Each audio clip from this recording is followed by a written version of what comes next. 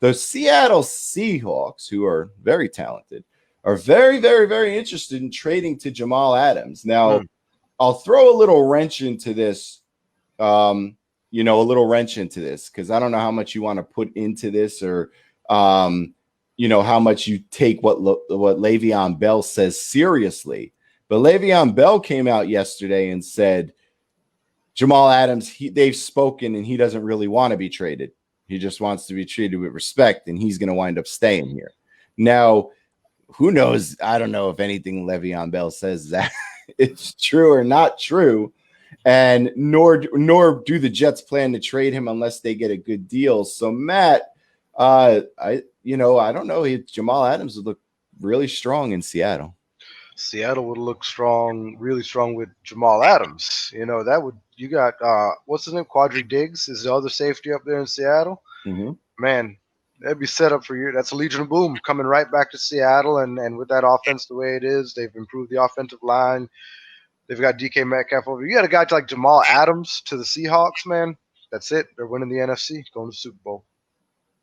That's a strong prediction, Mac. Shaking his head like, I don't know if I agree. Lay it on us. Listen, San Francisco is still a class out there first, and I don't think anybody's going to beat them over in that division. Not that the Seahawks should get a wild card. Listen, there's inside information that says that the Seahawks are definitely pursuing Adams. Dynamic trade, the Jets would be looking for it. And I've been saying this all along. Look, Jamal Adams is a great safety. There's no way you can deny that. He's an unbelievable player, an impact player. But guess what? So was Herschel Walker when he was with the Vikings in Dallas, and they traded it. Dallas traded him to the Vikings and set their Super Bowl team up. It depends on what type of trade. If they're going to get help on defense, help on offense, if they're going to get some really good draft picks, listen, Herschel Walker, one of the greatest running backs in the NFL at the time. Jamal Adams, one of the greatest safeties in the league at this time. If they could make a major trade and get some number one draft picks or a couple really solid starters, man, I definitely consider it. Well, I stick to what I said when we talked about this a few weeks ago. I still think that the Jets are not going to move him. They don't have to move him. They have control of him. We're not talking about a guy who's in his franchise tag right now and just plans to sit out. We're talking about a guy who has 2 years left before we even get to that situation. So they have him under control for 2 more years. They shouldn't give him away. I mean, of course, if Seattle wants to call up and say, we'll give you the next 3 years our first round pick, well, then you'd probably be dumb not to trade him. That's 3 first round picks. But they're going to be late first round picks anyway. I mean, Seattle's going to pick in the back, 25 to 32. So I still stick that he's going to be with the Jets. And I still believe deep down inside that they're going to get a contract done with him. I think as soon as the cap number goes up and they figure out how much money they have to spend, he's going to stay. I mean, they already got pictures of him in Seattle jersey out on the internet. I already put one up for, my Aunt Justin. So, he'd be a little upset. So, because think about it. What does it do to the Jets? I'll stay with you for a second, Mac. What happens imagine the Jets do trade Adams and all you get back is picks. Right. Aren't Jets virtually, with the fact that their defense is not the greatest to begin with, aren't you just right away throwing the season away then? Imagine if you don't get players back and you just get a few picks, aren't you just kind of saying, you know what, we're okay going 6-10 this year? Well, you got to remember when Dallas did this with Herschel Walker, they were at the bottom of the league. They were even had a worse record than the Jets when they did this trade. Listen, if you really want to build your team, the Jets have potential maybe this year to challenge, but they're not going to win that division. They're not going anywhere after that. I mean, you want to look to really build a team. If you're really set on building a team, you want to get as much draft picks as you can. You don't have to worry about the big contracts right away. And you want to look to how do you want to build a team? What do you want to do? You remember Dallas got Emmitt Smith. I think they got Michael Irvin and choices like that back then with that Herschel Walker trade. That became a Super Bowl team for a few years. I mean, they were a dynamite team. So if this is the kind of trade they can get, and if they do follow that Dallas plan, you're going to see them in a couple few years up there challenging for the top spot. So, yeah, you sacrifice Jamal Adams right now, and then you may get 2 losses out of it, or who knows. But if you really want to build your team, This is an outstanding opportunity if Seattle's willing to do that. And reported they are willing to make a dynamic trade with them. So if I'm a GM, I'm saying, well, what do you got? How many picks you got? And do you have anything that I could use right now? And if they can do that, they may pull off another trade of the century. Go ahead, Matt. Outside of who are you going to trade in addition to your first round pick if you're Seattle to the Jets? Two things the Jets are going to consider when trading with Seattle for a pick. We know it's going to have to be a first rounder. Thing about it is, Seattle's going to be picking in the bottom 5, bottom 7 of the first round. So you're not necessarily getting that much quality out of that pick.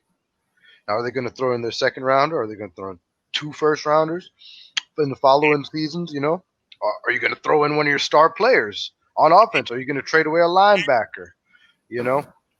So what are you going to have to give up here for Seattle to the Jets? And if you're Joe Douglas and you're looking at your team and you're saying, without this guy, I might make Matt and Jim and Max bottom 4 today on the top 32, because they would. The Jets would automatically move down to a bottom 4 team without a guy like Jamal Adams on that defense. They would be hapless. One second, Jim. But does that really matter whether they finish 25 or 32? They're still not going nowhere. No, but it matters who they get, because Joe Douglas is saying, and he said this publicly, and it's not a secret. You want Jamal Adams? Okay, I want 2 1s and a good young player in return.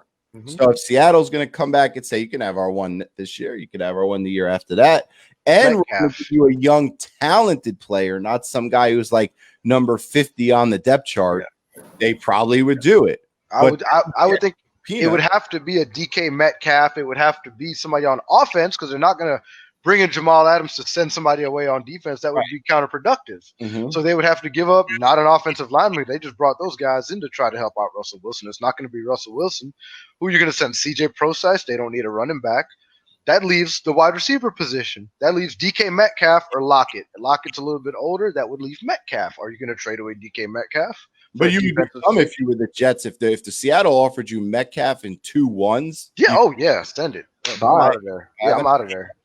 But again, as I mentioned before, Matt mentioned, remember, Seattle's giving you virtually a 2 because they're good.